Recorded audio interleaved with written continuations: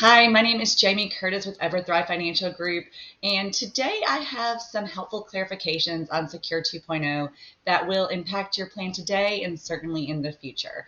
So, the Secure 2.0 was passed in December of 2022. Some changes have already happened through 2023, and many more are coming down the pipeline. So, today I wanted to cover some clarifications that we got in November of 2023, specifically around long term part time employees, Roth, and some incentives to participate.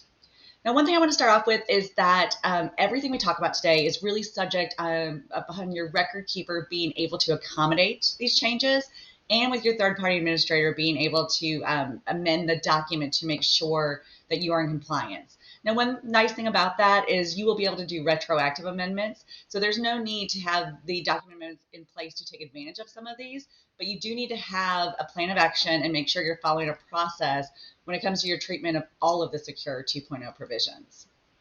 So the first one we want to start off with today is Roth. Roth was definitely a theme throughout Secure 2.0, and what we're specifically clarifying today is the Roth treatment of employer contributions. This is an elective amendment, so you don't have to do this.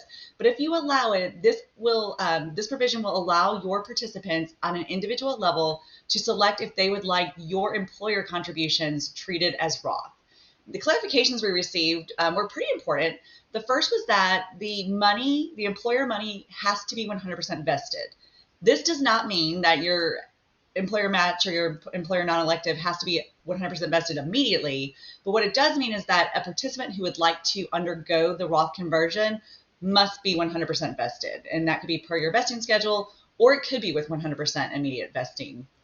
The next was that the Roth election to treat the employer match or the employer contribution as such must be made prior to the contribution date. And this contribution could be annual, it could be made by payroll or monthly. And the assumption was that if your participant elects Roth for their employer money one time, that election remains in force until they change it.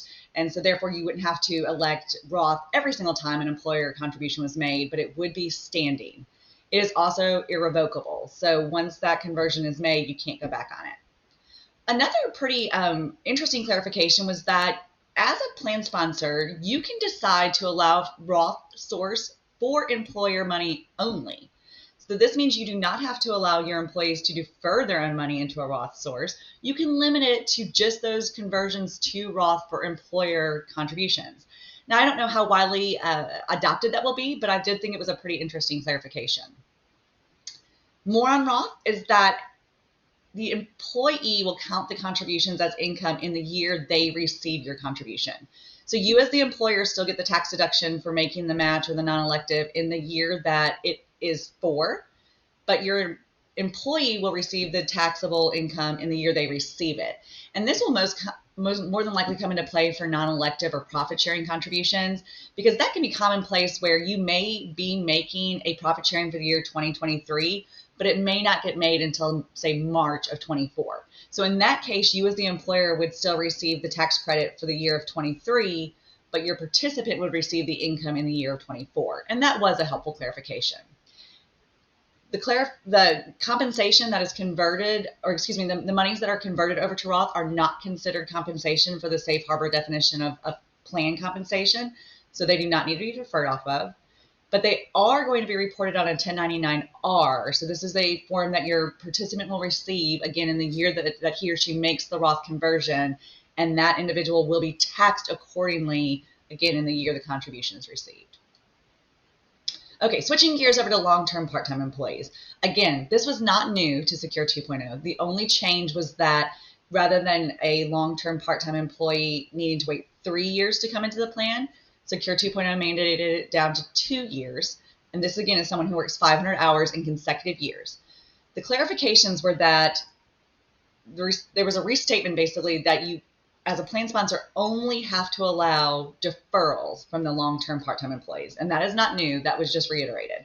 What was clarified was that if, as an employer, you would like to offer a match to those long-term part-time employees, you may do so, but that match is going to be desegregated from non-discrimination testing. So you will not count it when you count employer contributions for testing purposes. Additionally, there was some clarification on the time periods for counting the eligibility. The first time period has to be a full year. So from if they were hired March 1st of 23, you would count all the way to March 1st of 2024. But then you can, as an employer, decide to switch to a calendar year for years going forward. Now, this could create some duplication in months counted for service, but it is nice to know that rather than adhering to every individual employee's hire date, after that first 12 months is completed, you can switch to calendar. The 500 hours must be consecutive. Again, that was reiterated. And then once a participant meets the long-term part-time status, he or she remains eligible even if he falls under the $500 hours in subsequent years. And then also, if a long-term part-time employee becomes a full-time employee by definition and works over 1,000 hours, that participant, that employee would still retain years of service credit for the years they were a long-term part-time employee, and that specifically goes to vesting. So that long-term part-time designation remains in place whether they work more hours or less hours. Finally, there was some, again, clarification on the financial incentives that you may offer as a plan sponsor to your employees who are not participating in the plan. The distinction there is that you may have somebody who has an account balance because he or she received a profit sharing contribution. This is going to be targeted to those team members of yours who are eligible but not deferring their own money. And the clarification was that you can give up to a $250 per employee lifetime benefit. So the total amount cannot exceed $250. You can include an incentive to continue participation. So maybe you offer $100 initially and then $50 for the next 3 years until you get to that $250. That's completely fine. And these monies will not be considered for discrimination testing. So you're lacking some of the discriminatory rules, which is a good thing. So you're not having to be mindful of how this will impact your annual compliance testing. And then finally, it is considered a fringe benefit. So you'll have to follow your plan's definition of compensation regarding fringe benefits and then tax it accordingly as you would any other fringe benefit received. So thank you for spending some time with me today to learn about some of the clarifications on Secure 2.0.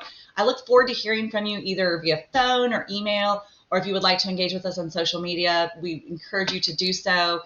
We love plan design and following up on how to utilize different plan provisions to offer the most successful plan for your team members and for you, the plan sponsor, and we would love to hear from you. I hope to see you again on another video, and until then, have a great day.